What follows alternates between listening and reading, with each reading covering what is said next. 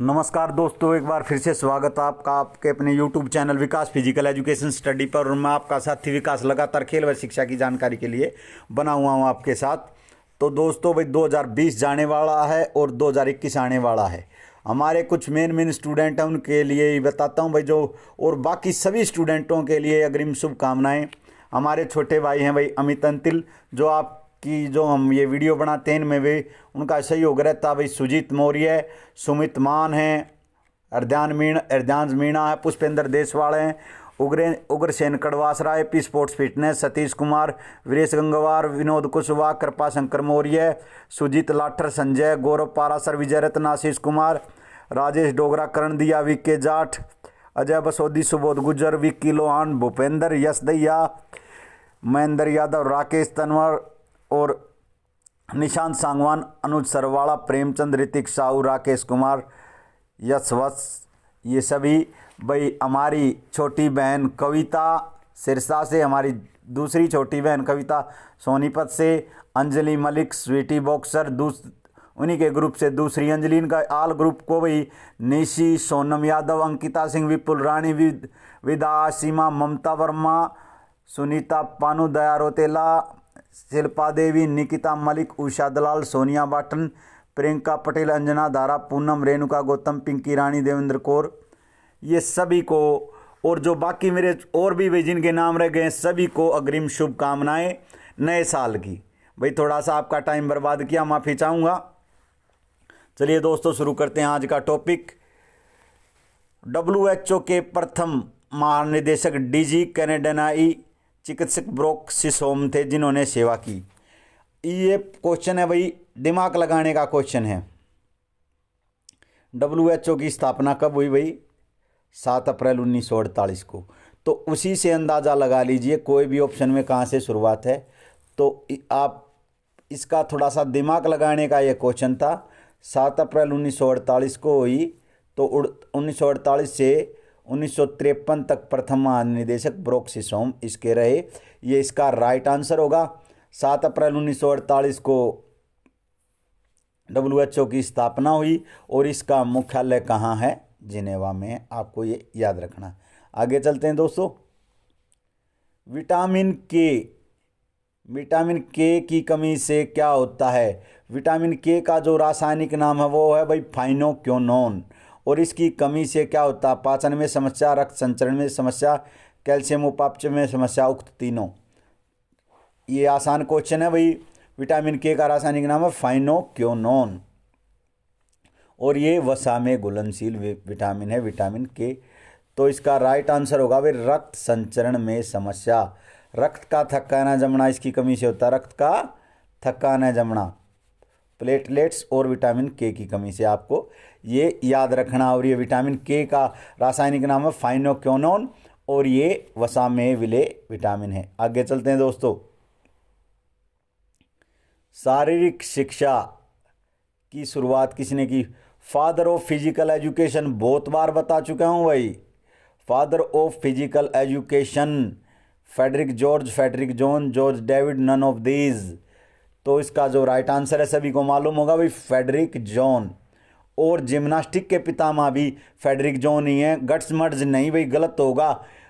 गट्समर्ज अगर ग्रैंडफादर आ जाए या जर्मन जिम्नास्टिक का पितामह आ जाए तो गट्समर्ज होगा, लेकिन father of gymnastic Frederick John ही होगा। और शारीरिक शिक्षा का पितामह भी father of physical education Frederick John ही होगा। और ये जर्मनी से संबंध रखते थे भाई फ्रेडरिक जॉन। आगे चलते हैं दोस्तों। WHO के महानिदेशक कौन हैं? WHO के महानिदेशक कौन हैं? WHO की स्थापना भाई 7 अप्रैल 1948। मुख्यालय कहाँ है? जिनेवा में है। और हाल ही में ये संस्था विवादों में भी रही है कोविड-19 के कारण कि इन्होंने इसकी खबर नहीं दी। तो इसके महानिदेशक कौन है? डॉक्टर ब्रूक सिसोम, डॉक्टर मार्गरेट चान, फ्रेडरिक जॉन, टेड्रोस एनोम। तो इसके जो अब महानिदेशक हैं वो डॉक्टर टेड्रोस एनोम है। ये इसका राइट आंसर होगा। मार्गरेट चान इससे पहले थे। मार्गरेट चान इससे पहले थे WHO के महानिदेशक, अब है टेड्रोस एनोम। आपको ये भी याद रखना है। आगे चलते हैं दोस्तों। नाइट ब्लाइंडनेस, त्वचा का रूखापन, बालों का झड़ना किस विटामिन की कमी से होता है? विटामिन के की कमी से, विटामिन ए की कमी से, लोहे की कमी से, फोलिक एसिड की कमी से। तो भाई विटामिन किस कम, आसान क्वेश्चन है। विटामिन के की कमी से बता दिया था, रक्त का थक्काना जमना। विटामिन के की कमी से रक्त का थक्काना जमना। विटामिन ए की कमी से, ये इसका राइट आंसर होगा भाई। विटामिन ए की कमी से नाइट ब्लाइंडनेस, त्वचा का रूखापन और बालों का झड़ना।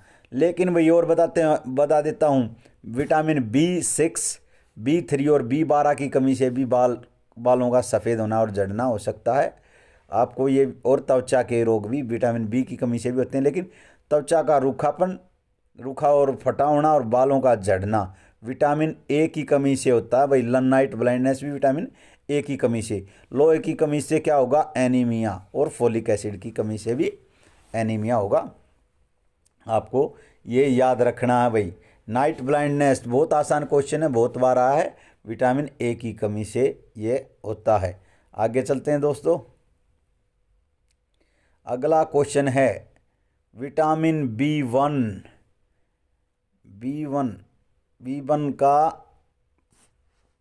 की कमी से होने वाला रोग क्या है भाई?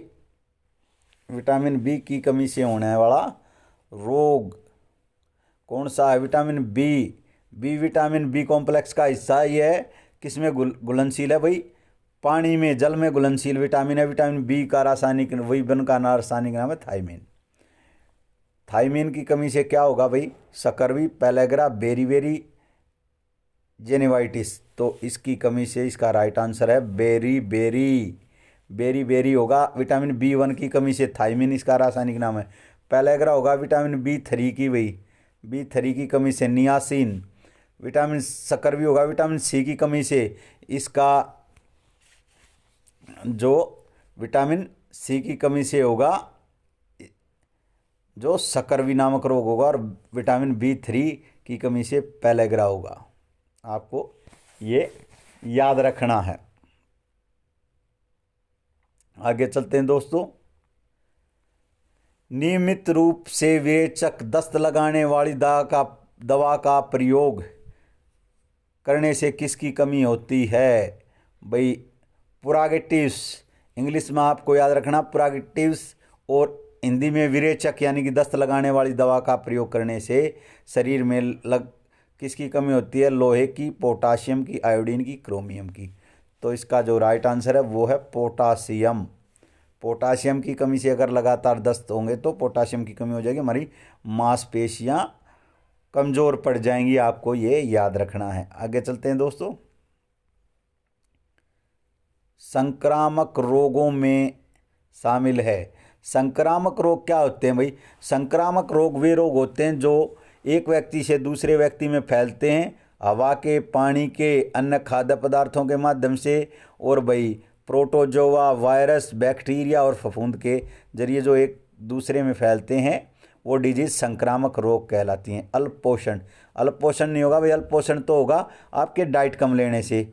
रेटिना ब्लास्टोमा, रेटिना का रोग है, ये किस में होगा भाई? ये होगा छोटे बच्चों की आंखों में होता है रेटिना ब्लास्टोमा। आपको ये याद रखना है। और भाई सिस्टिक फाइबर्स, ये हमारे फाइबर का इसका है, फाइबर होते हैं जो रेसे उनसे संबंधित है। और ट्यूबरकुलोसिस TB जीवाणुजन्य रोग है। किससे होता है भाई? ट्यूबरकुलोसिस, माइक्रोबैक्टीरियम ट्यूबरकुलोसिस इसका बैक्टीरिया भाई, माइक्रोबैक्टीरियम ट्यूबरकुलोसिस। और इसे TB भी कहा जाता है।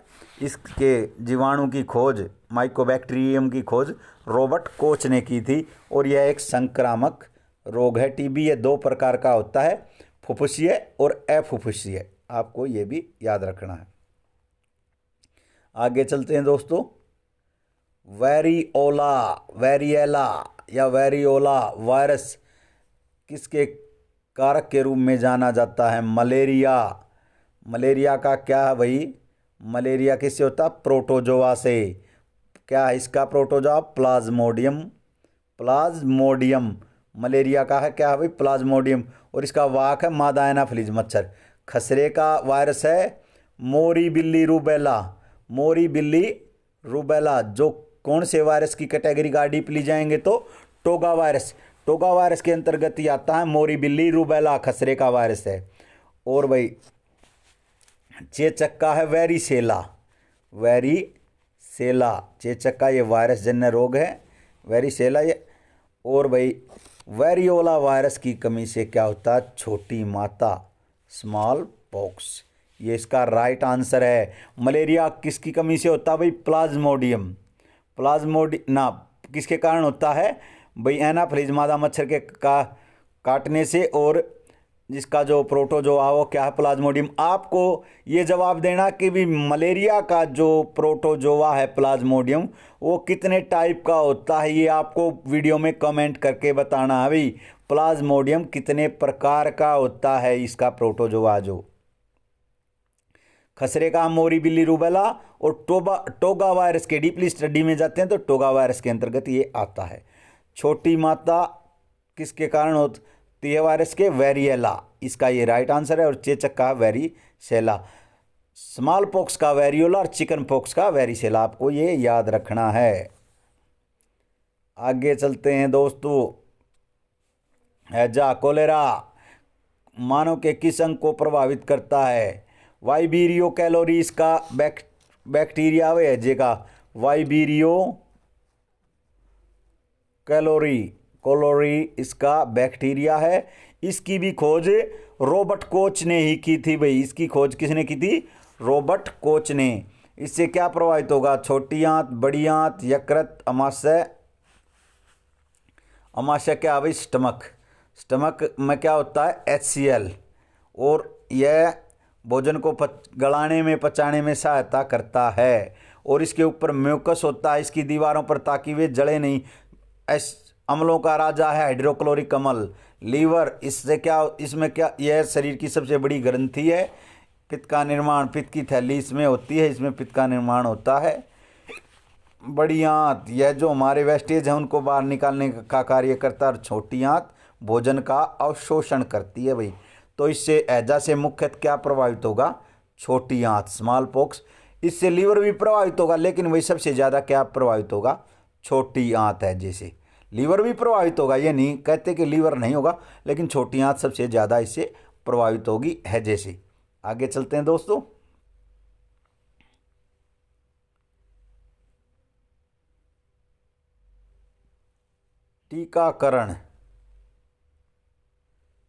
टीकाकरण वैक्सीनेशन किसके लिए एक मुख्य नियंत्रण उपाय है, किसके लिए भाई, संक्रामक रोगों के लिए, अनुवांशिक रोगों के लिए, दीर्घकालिक विघटन रोगों के लिए, लॉन्ग टर्म डेजेनरेटिव डिजीज़ के लिए, अल्प रोगों के लिए, डेफिशिएंसी डिजीज़ के लिए। तो इसका जो राइट आंसर होगा वो क्या है भाई, टीकाकरण किन से बचाता, अगर पहले करा लाया जाए या वैक्सीन लगा ली जाए तो संक्रामक रोगों से। ये इसका राइट आंसर है भाई। टीकाकरण किसके लिए है, संक्रामक रोगों के लिए। आगे चलते हैं दोस्तों। निम्नलिखित में से किस पोषक समूहों की कमी से त्वचा प्रभावित होती है, लोहा, आयोडीन, जस्ता, पोटासियम, राइबोफ्लोविन यानी कि vitamin B2, niacin vitamin B3, pyridoxine vitamin B6, pantothenic vitamin B5। और भाई विटामिन K, कैल्शियम, तांबा, उक्त सभी। तो इसका राइट आंसर है त्वचा के संबंधित रोग ज़्यादातर किसकी कमी से होते हैं भाई, विटामिन बी कॉम्प्लेक्स की। भाई सभी विटामिन बी कॉम्प्लेक्स के सभी विटामिन त्वचा के रोगों से, जो एक्जिमा के प्रकार हैं और खुजली हैं भाई, और भी विभिन्न प्रकार के स्किन इन्फेक्शन हैं, वे इसकी कमी से होते हैं। विटामिन B1 का रासायनिक नाम है भाई थायमिन, B2 का राइबोफ्लोविन, B3 का नियासिन, B5 का पेंटाथोनिक, B6 का पैराडॉक्साइन, B7 का बायोटिन, B9 का फोलिक एसिड और B12 का साइनोकोबालमिन। कोबाल्ट भी कहा जाता है, जो दूध में पाया जाता है। आपको ये याद रखना है। आगे चलते हैं दोस्तों। विटामिन B6 की कमी से क्या प्रभाव होता है? बेरी, सकरवी, ड्रेमेटोमा, एक्जिमा के कुछ प्रकार। तो बेरी है विटामिन B1 की कमी से भाई। सकरवी है विटामिन C की कमी से। विटामिन C का रासायनिक नाम है स्कोर्बिक अम्ल, स्कोर्बिक एसिड। ड्रेमेटोमा ये भी विटामिन B3 है वगैरह, इनकी और विटामिनों की कमी से होता है। लेकिन भाई एक्जिमा के कुछ प्रकार, ये इसका राइट आंसर है। एलर्जी के कुछ प्रकार विटामिन B6 की कमी से होते हैं। और B6 की कमी से बालों का सफ़ेद होना और एनीमिया और बालों का सफ़ेद होना भी विटामिन B6 की। बालों का सफ़ेद होना भाई B3, B6, B12 की कमी से। और भाई एनीमिया B6 और B12 फोलिक एसिड और लोह तत्व की कमी से। और भाई विटामिन B6 की कमी से एक्जिमा के, एलर्जी के कुछ प्रकार हो सकते हैं। आपको ये याद रखना है। आगे चलते हैं दोस्तों। इसका आंसर हमने पहले ही दे दिया भाई। WHO की स्थापना कब हुई? 7 अप्रैल 1948, 7 अप्रैल 1958, 17 अप्रैल 1945, 7 अप्रैल 1940। तो इसका राइट आंसर आपको सभी को पता होगा, 7 अप्रैल 1948। 7 अप्रैल को ही स्वास्थ्य दिवस मनाया जाता है, 7 अप्रैल को ही, क्योंकि इस दिन WHO की स्थापना हुई थी। WHO का मुख्यालय जिनेवा में। जिनेवा किस देश में है भाई? स्विट्जरलैंड में। स्विट्जरलैंड की राजधानी है बर्न। जिनेवा किस देश में है भाई? स्विट्जरलैंड में। आपको ये भी याद रखना है। बहुत ही खूबसूरत देश है स्विट्जरलैंड, यूरोप के कंट्री है। 7 अप्रैल 1948 को इसकी स्थापना हुई। टेड्रोस एनदम अब फिलहाल इसके जो मुखिया है। WHO की फुल फॉर्म है वर्ल्ड हेल्थ ऑर्गेनाइजेशन, विश्व स्वास्थ्य संगठन। इससे यह भी आपको याद रखना है। और WHO के अनुसार स्वास्थ्य क्या है? WHO के अनुसार स्वास्थ्य रोग या विकृति की अनुपस्थिति नहीं, बल्कि शारीरिक, मानसिक, बौद्धिक, सामाजिक रूप से सुख की अवस्था है। आगे चलते हैं दोस्तों। पिछली जांघ की मांसपेशी कहलाती है, यानी कि जांघ के पीछे की मांसपेशी भाई क्वाड्रिसेप्स। ये थाई की साइड की मसल है क्वाड्रिसेप्स। ये क्वाड्रिसेप्स जो थाई की मसल है वही होती हैं। गैस्ट्रोमेनियस ये काफ मसल पिंडली में होती है। काफ मसल का दूसरा नाम है भाई गैस्ट्रोमेनियस। ग्लूटेल मैक्सिमस की जो कूल्हे की मांसपेशी हैं उनका ये एक मांसपेशी है ग्लूटेल। हैमस्ट्रिंग है भाई पिछली जांघ की मांसपेशी कौन सी है? हैमस्ट्रिंग, ये इसका राइट आंसर होगा। ये नहीं कहते भाई हैमस्ट्रिंग खिंचगी, जो कूल्हे से नीचे ये पीछे तनी हुई मसल है हैमस्ट्रिंग, ये है भाई। क्वाड्रिसेप्स में 3-4 मसल हैं जो थाई की मसल है। गैस्ट्रोमेनियस पिंडली की मसल है, इसे काफ मसल भी कहा जाता है। ग्लूटियस मैक्सिमस कहाँ होती है? कूल्हे में शरीर की सबसे बड़ी मांसपेशी है। आपको ये याद रखना है। आगे चलते हैं दोस्तों। तकनीकी शब्दों में मांसपेशीय खिंचाव पुल कहलाता है मोच, तनाव, घर्षण, विमूढ़ता। तो इसका जो राइट आंसर है वो क्या होगा भाई? आप अपना आंसर लगा लीजिए। वो होगा भाई स्ट्रेन। स्ट्रेन होता है खिंचाव भाई। मोच, स्प्रेन क्या होती है? लीगामेंट का खिंच जाना या टूट जाना। 3 स्तर पर होती है मोच, स्प्रेन। 3 स्ट्रेन होती है मांसपेशी की चोट है। अरे भाई कंडरा की भी चोट मांसपेशियों की और कंडरा की भी चोट मारता है। ये स्ट्रेन जो किसकी चोट है? मांसपेशियों का खिंचाव है। आपको ये याद रखना। एवर्जन है खरोंच ये त्वचा की है भाई, खरोंच होती है एवर्जन। इसे स्ट्रॉबेरी चोट भी कहा जाता है भाई। आपको ये याद रखना। एवरेजन है जो खरोंच है उसको स्ट्रॉबेरी चोट भी कहा जाता है। और स्ट्रेन किसकी? मांसपेशियों की चोट। और मोच लिगामेंट की, स्प्रेन लिगामेंट की चोट है। आगे चलते हैं दोस्तों। एजे द्वारा कुल बीमारियां हैं, कुल महामारियां एजे द्वारा अब तक कितनी फैली हैं? DSSB ने शायद इसका उत्तर 6 भी दिया हो भाई शायद, लेकिन जो इसका जो राइट आंसर है वो है आपने अपना आंसर लगा लिया होगा 7। इसका राइट आंसर है, आज तक हैजे ने 7 महामारियां फैलाई हैं। आपको ये याद रखना है। 6 नहीं है भाई, 6 अगर नेट पे आपको मिलता है, लेकिन आप डीपली स्टडी करोगे तो 7 महामारियां विश्व में हैजे ने फैलाई हैं। वाइबीरियो कैलोरी, वाइबीरियो कैलोरी इसका जो बैक्टीरिया है, इसकी हैजे के बैक्टीरिया की खोज किसने की थी? रॉबर्ट कोच ने की थी। यह छोटी आंत लीवर पर प्रभाव डालता है, इससे पानी की कमी हो जाती है और रोगी की मृत्यु भी हो सकती है। हैजे का वाहक सीसी मक्खी है भाई, सीसी मक्खी द्वारा भी यह फैलता है। खराब भोजन पानी द्वारा भी हैजा फैलता है। हैजा एक संक्रामक रोग है, यह बैक्टीरिया द्वारा फैलता है। आगे चलते हैं दोस्तों। टीबी, ट्यूबरक्लोसिस एक है क्या है भाई? ट्यूबरक्लोसिस एक है वैश्विक महामारी, पेंडेमिक महामारी, प्रोडेमिक, स्थानीय महामारी, एंडेमिक, प्रोडेमिक। तो भाई टीबी की खोज किसने की भाई? रॉबर्ट कोच ने की। और यह वैश्विक महामारी है, पेंडेमिक है, बहुत मृत्यु होती थी भाई पहले। अब इसके लिए टीबी के लिए कौन सा टीका लगता है? बीसीजी का टीका लगता है, जिसकी खोज कार्लमेट गुरिन ने की थी। और भाई रॉबर्ट कोच ने इसके बैक्टीरिया की खोज की थी। अब टीबी के लिए मोनटोक्स टेस्ट किसके लिए होता है? मोनटोक्स और टीबी एलिजा टीबी के लिए होते हैं। टीबी 2 प्रकार की होती है, एक फेफड़ों की और एक फुफ्फुसिया और एक अफुफ्फुसिया।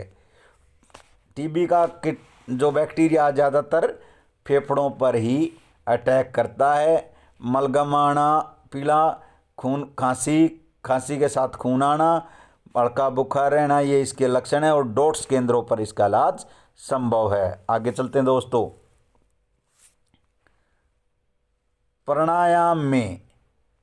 प्राणायाम में अंतःश्वसन, अंदर सांस लेना कहलाता है। पूरक, कुंभक, रेचक, त्राटक। पूरक है भाई अंतःश्वसन, ये इसका राइट आंसर है। कुंभक है अंदर सांस को रोकना। रेचक है बाहर छोड़ना। आपको ये याद रखना है। प्राणायाम का शाब्दिक अर्थ है प्राण का अर्थ है श्वास और आयाम का अर्थ है नियंत्रण। श्वास पर नियंत्रण ही प्राणायाम है। यम नियम आसन प्राणायाम जो अष्टांग योग की अवधारणा दी थी, उसमें 4था चरण है। और प्राणायाम 7 या 8 प्रकार के हैं। और भाई आपको याद रखना है, कपालभाति प्राणायाम नहीं है, कपालभाति क्रिया है। नेति, धोती, वस्ती, त्राटक, कपालभाति, न्योली, ये 6 क्रियाएं हैं। त्राटक क्या भाई? क्रिया है। आपको ये याद रखना है।